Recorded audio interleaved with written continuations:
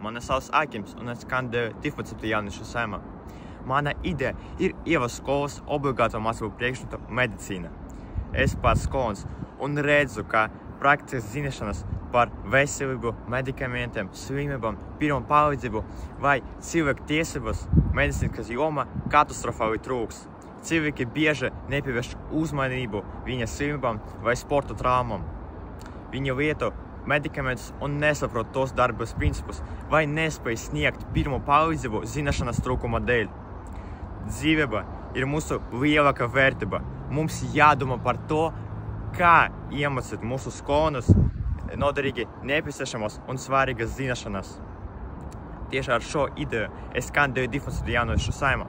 Aicinu jūs balsot par mani, jo katrs balss ir svarīgs man. Medicīniskas zināšanas, zinātne, kas var glābt un uzlabot arī tavu dzīvi.